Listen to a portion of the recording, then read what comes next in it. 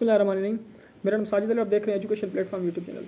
Shah Abdul Latif university Khairpur Mirs की print test की preparation करने हम आज से स्टार्ट कर रहे हैं और आज हम बात करेंगे सबसे पहले इंट्रोडक्शन के टेस्ट कहाँ से ली जाती है और उसके बाद 2022 का जो पास्ट पेपर है यानी पिछले साल वाला वो भी हम सोल्व करेंगे। अगर आपको याद हो तो पिछले साल हमने प्रिपरेशन स्टार्ट की थी, तो उस हवाले से काफ़ी जो ईयर्स के जो पास्ट पेपर्स थे हमने वो भी सोल्व किए थे और उसके बाद जो रिलेवेंट मटेरियल था हमने वो भी अपलोड किया था। तो सारी वीडियोस पढ़ी हैं। जो आप प्रिपरेशन स्टार्ट करना चाह रहे हैं या जो एडमिशन लेना चाह रहे हैं, तो सबसे पहले आपको क्या करना है, 2015 से या 16 से आपको ये सारे जो भी पास्ट पेपर्स हैं वो आपको पढ़ने हैं, ये सोल्व करने हैं। उससे आपको अंदाज़ा हो जाएगा कि ये सवालात की जो नौयत होती है कौन सी होती है।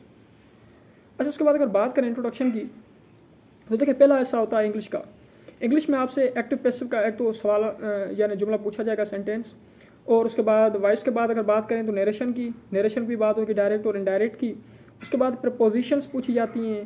प्रीपोजिशन के बाद कभी कभी आर्टिकल्स पूछा जाता है तो पूछे जाते हैं। और उसके बाद कुछ चीज़ें मसलन, और अगर बात करें हम जनरली तो सिंस और फार वगैरह का यूजेज क्या है, ये चीज़ें आपसे पूछी जाती हैं। और कभी कभार जो है रिमूव टू के बारे में पूछा जाता है।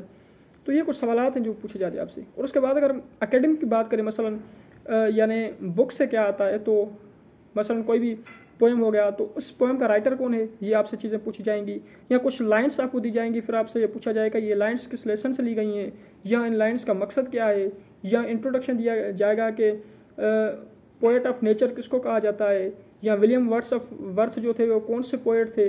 तो ये ऐसी चीज़ें आपसे पूछी जाती हैं। उसके बाद जो दूसरा हिस्सा होता है उसमें क्या आपसे पूछा जाएगा, जीके के बारे में, जनरल नॉलेज आपसे पूछी जाएगी। उसके बाद नेशनल नॉलेज आपसे पूछी जाएगी, पाकिस्तान की जो जनरल नॉलेज थी वो आपसे पूछी जाएगी। फर्स्ट प्रेसिडेंट कौन है ये आपसे पूछा जाएगा, फर्स्ट प्राइम मिनिस्टर कौन था पाकिस्तान का ये आपसे पूछा जाएगा। उसके बाद मैथमेटिक्स के कुछ सवालात होते हैं, जनरल साइंस होती है, कुछ डिजीज़ आपसे पूछी जाती हैं, यानी विटामिन ए की कमी के नतीजे में कौन सी डिजीज़ होगी, बी के नतीजे में कौन सी, सी।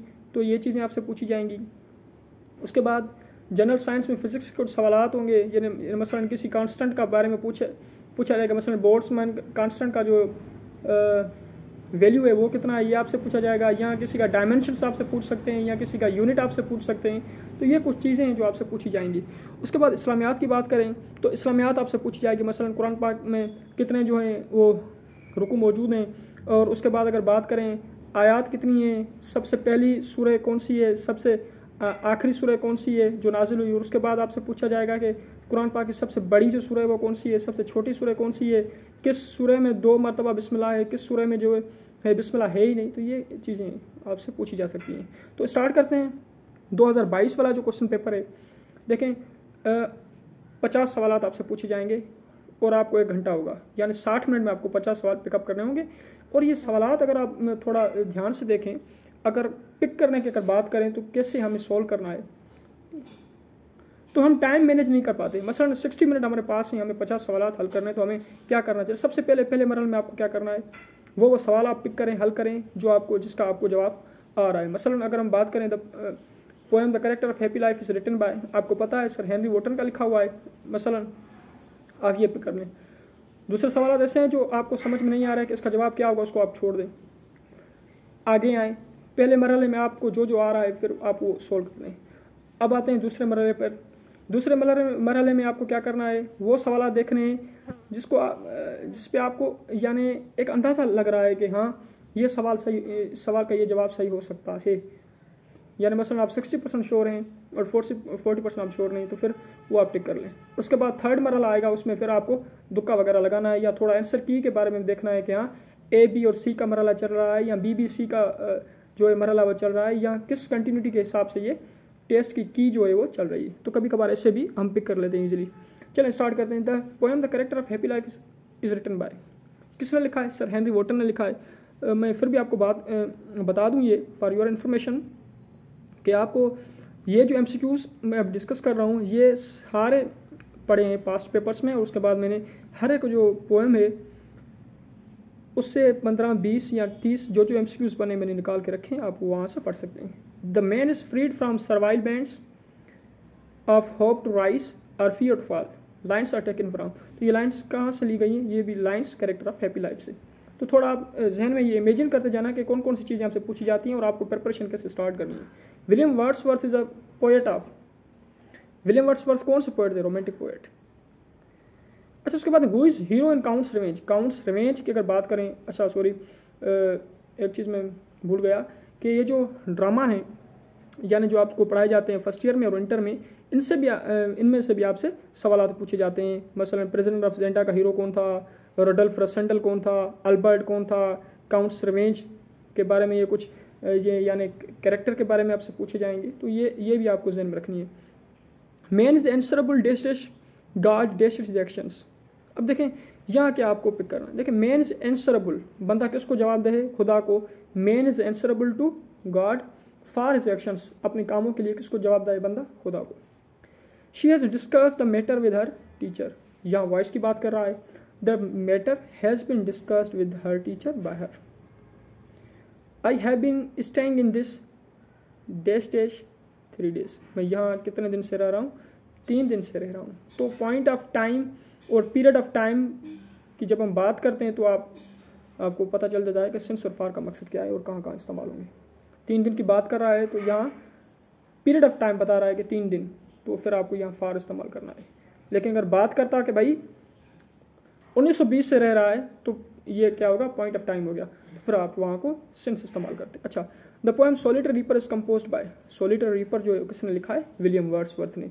और सोलिटरी रीपर में एक लड़की होती है ना जो गाती रहती है आवाज़ में और वो काम भी करती है। बाय द वे ऐसा कुछ था। अच्छा, 4th stage of life is the 7 stages of man जो होती हैं, ये 7 एजेस ऑफ मैन जो इसका शेक्सपियर का लिखा हुआ है, उसमें ये 7 स्टेजेस हैं। सबसे पहले कौन सी है? 2nd, 3rd, 4th, ये भी पढ़ा हुआ है सारे MCQs, आप वहाँ से देख सकते हैं। Hero of prisoner of Zenda is, तो हीरो कौन होता है प्रिजनर ऑफ जेंटा में? ये रुडल्फ रसेंडल। अच्छा, उसके बाद में अबू बिन एदम इज कंपोज्ड बाय। अबू बिन एदम किसने लिखा है? हेनरी ले हंट, एक यानी पोएट था, उसने लिखा है। उसके बाद में 12 she is not afraid dash dash death by of it. देखिए कुछ वर्ड्स ऐसे होते हैं जो फिक्स्ड प्रीपोजिशंस लेते हैं, उनको हम कहते हैं कि वर्ड्स फॉलोड बाय प्रीपोजिशंस। अब यहाँ आप क्या इस्तेमाल करनी है? अफ्रेड के साथ जो प्रीपोजिशन इस्तेमाल होती है वो ऑफ इस्तेमाल होती है। तो इस हिसाब से यानी 66 जो है ये वर्ड्स ऐसे पढ़ें, एक वीडियो पढ़ी है जहाँ से आप प्रिपरेशन कर सकते हैं, तो मैं वो लिंक डिस्क्रिप्शन में दे दूंगा। अच्छा, where dash dash the car, where did you park the car, where did you park the car, where had you park the car. देखें वेयर कहाँ, डिड यू पार्क। अच्छा, डिड इस्तेमाल हुआ यानी पास्ट टेंस से, पार्क यहाँ इस्तेमाल हुआ यानी ये भी। अब यहाँ पिक करेंगे तो हम क्या मकसद होगा? Where did you park the car, आपने कार कहाँ पार्क की थी, यानी पार्क का यहाँ फर्स्ट फॉर्म इस्तेमाल हुआ है और यहाँ डिड इस्तेमाल हुआ यानी सवाल पूछा है। तो पास्ट सिंपल में where did you park the car, तो ऑप्शन ऐसा ही होगा। अच्छा, he said to me I was ill, उसने मुझे कहा कि वो बीमार है। He told me that he had been ill. देखें आई वाज इल लिखा हुआ है तो पास्ट सिंपल है, तो हम इसको क्या पास्ट परफेक्ट में चेंज करेंगे। Cell wall is present in all types of cells accept.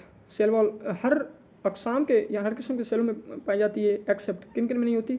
अच्छा, किन किन में होती है भाई? बैक्टीरिया में देखें अगर तो हाँ वहाँ पेप्टाइडोग्लाइकैन की बनी होती है। अच्छा, उसके बाद में फंजाई की बात करें तो काइटिन की बनी होती है। एनिमल्स की बात करें तो एनिमल सेल में जो है सेल वॉल मौजूद नहीं होती, लेकिन सेल मेम्ब्रेन मौजूद होती है। अच्छा, study of animals with respect to environment.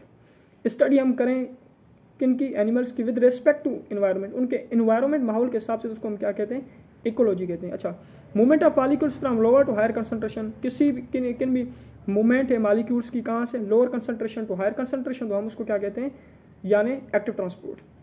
अच्छा, उसके बाद में यहाँ एनर्जी कंज्यूम होती है। अच्छा, उसके बाद में ओमनीवोरस फीड ऑन। लेकिन ओमनीवोरस एक होता है कार्निवोरस, यानी जो एनिमल्स पे डिपेंड करते हैं, गोश्तखोर होते हैं। दूसरे होते हैं क्या? अच्छा, कार्निवोरस के बाद अगर हम बात करें ओमनीवोरस, ओमनीवोरस क्या होते हैं? जो दोनों पे डिपेंड करें, यानी प्लांट्स में भी और किन पे भी? एनिमल्स भी। एक होते हैं कार्निवोरस, दूसरे होते हैं हर्बीवोरस। हर्बीवोरस जो प्लांट्स पे, कार्निवोरस जो एनिमल्स पे, और ओमनीवोरस दोनों पे। Largest gland in human body, तो लार्जेस्ट ग्लैंड ह्यूमन बॉडी में कौन सा है? लिवर है। माइटोसिस डिवाइडेड इनटू, माइटोसिस किन किन में डिवाइडेड है? देखें माइटोसिस में पहले क्या होता है? कैरियोकाइनेसिस यानी न्यूक्लियस की डिवीजन होगी, उसके बाद साइटोकाइनेसिस यानी साइटोप्लाज्म की डिवीजन। तो माइटोसिस में दोनों चीज़ें होती हैं। Enzymes are responsible for the assemblies of, enzyme क्या करते हैं? किसको असेंबल करते हैं? ये प्रोटीन्स को असेंबल करते हैं। अच्छा, उसमें reproduction is essential for the survival of, reproduction किसके लिए अहम होती है? देखें ये non vital task of the body है, यानी अगर कोई स्पीशीज या कोई ऑर्गेनिज्म अगर ये यानी अगर हम बात करें रिप्रोडक्शन नहीं करता तो यानी वो मर नहीं जाएगा। होगा क्या, हाँ अगर सारे मेंबर्स किसी भी स्पीशीज के यानी अगर रिप्रोडक्शन करना बंद कर दें तो फिर वो स्पीशीज जो है ना वो खत्म हो सकती है। बाकी रिप्रोडक्शन एसेंशियल है किसके लिए, स्पीशीज के सर्वाइवल के लिए। अच्छा, उसके बाद क्रोमोसोम्स आर प्रेजेंट, क्रोमोसोम्स कहाँ मौजूद होते हैं, न्यूक्लियस में। Value of Boltzmann constant is, Boltzmann constant का जो वैल्यू होता है वो क्या होता है 1.3807 × 10⁻⁻23 जूल पर केल्विन। अच्छा, उसके बाद में subtract 5x square minus 9x minus 10 from x square plus 10x minus 25। देखिए कहाँ से किन से हमें सब्ट्रैक्ट करना है, x square plus 10x minus 25। तो सबसे पहले आप क्या लिखेंगे, x square plus 10x minus 25। उसके नीचे आप क्या लिखेंगे, जो आपको क्या करना है, सब्ट्रैक्ट करना है 5x स्क्वायर और उसके बाद में माइनस 9x माइनस 10। तो रूल क्या होता है, जो चीज़ हमें सब्ट्रैक्ट करनी है उनकी हम साइंस चेंज कर देते हैं। देखिए 5x स्क्वायर पहले प्लस का था अब माइनस का, और उसके बाद 9x पहले माइनस का था अब प्लस का, और उसके बाद 10 जो था वो पहले माइनस का था अब प्लस का। तो x स्क्वायर माइनस के 5x स्क्वायर से अगर प्लस का एक x स्क्वायर गया तो माइनस 4x स्क्वायर, और उसके बाद में 10 और 9 क्या होंगे 19x माइनस 10 25 में से अगर 10 निकालेंगे तो माइनस के 15 बचेंगे। अच्छा, उसके बाद सिंबल ऑफ गोल्ड, गोल्ड की जो सिंबल कौन सी होती है वो AU।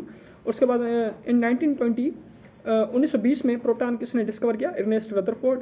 अर्नेस्ट रदरफोर्ड में एक एक्सपेरिमेंट परफॉर्म किया था, वो क्या था, यानी अल्फा पार्टिकल्स गुजारे थे कहाँ से, गोल्ड की थिन फॉइल थी उनमें से। फिर उसने बताया था कि भाई मोस्टली जो अल्फा पार्टिकल्स थे वो क्रॉस कर गए थे, लेकिन कुछ सेंटर वाले ऐसे थे जिस एंगल पे जा रहे थे उसी पे लौट आ रहे थे।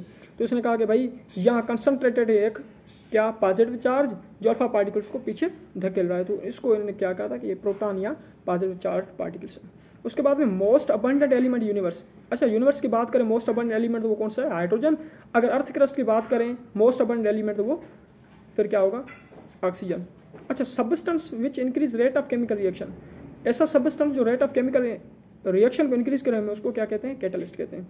अच्छा, एंजाइम्स भी होते हैं। फिर एंजाइम्स क्या होते हैं, ये बायो कैटलिस्ट होते हैं, यानी किसी भी ऑर्गेनिज्म की बॉडी में क्या करते हैं, रेट ऑफ केमिकल रिएक्शन को इंक्रीज करते हैं। अच्छा, उसके बाद में 30 element with highest electronegativity. Highest electronegative element कौन है, वो fluorine. Electron is dash charge particle, electron पे चार्ज कौन सी होती है, नेगेटिव होती है। Which is essential for the formation of haemoglobin. तो हेमोग्लोबिन यानी एक आयरन प्रोटीन है, तो हेमोग्लोबिन की फॉर्मेशन के लिए क्या जरूरी होगी, iron. Deficiency of vitamin D results in, देखें विटामिन डी की डिफिशियंसी की वजह से क्या होगी, रिकेट्स होगी, यानी हड्डियों की बीमारी है, हड्डियाँ टूटना शुरू हो जाती हैं। उसके बाद नाइट ब्लाइंडनेस किसकी वजह से होगी, विटामिन ए की कमी की वजह से, स्कर्वी विटामिन सी की वजह से, कमी की वजह से, और उसके बाद हम कहते हैं बेरी विटामिन बी की कमी की वजह से। तो ये आपको जहन में रखनी है चीज़ें। Ozone protects earth from ultraviolet radiation से हमें कौन बचाता है, तो ये ओजोन लेयर है, यानी जो O3 मॉलिक्यूल है ऑक्सीजन का। Country north west of Pakistan, Pakistan के नॉर्थ वेस्ट में कौन सा मुल्क है, वो Afghanistan. Constitution of 1962 was of, देखें ये प्रेसिडेंटल फॉर्म ऑफ जो था ना कॉन्स्टिट्यूशन था, यानी प्रेसिडेंटल था। अच्छा, उसके बाद यानी जो अख्तियारात थे वो किसके पास थे, सदर के पास थे। 37 when Pakistan won cricket world cup, Pakistan cricket world cup कब जीता था, 1992 में, जब इमरान खान जो था वो क्या था, कैप्टन। हॉटेस्ट प्लानिट इन सोलर सिस्टम, तो ये कौन सा है, वीनस। अच्छा, सबसे बड़ा अगर बात करें कौन सा है प्लानिट, तो वो जुपिटर। उसके बाद अगर बात करें 39 कोविड-19 स्टार्टेड इन, कोविड-19 कहाँ स्टार्ट हुआ, वुहान में। वुहान कहाँ का शहर है, चाइना। अच्छा, उसके अंदर 40 लार्जेस्ट सूरह ऑफ कुरान, लार्जेस्ट सूरह की बात करें कुरान की वो कौन सी है, सूरह बकरा। लास्ट सूरह ऑफ होली कुरान की बात करें सूरह नास। और नमाज बिकेम ऑब्लिगेटरी इन, नमाज कब फ़र्ज हुई, पहली हिजरी में।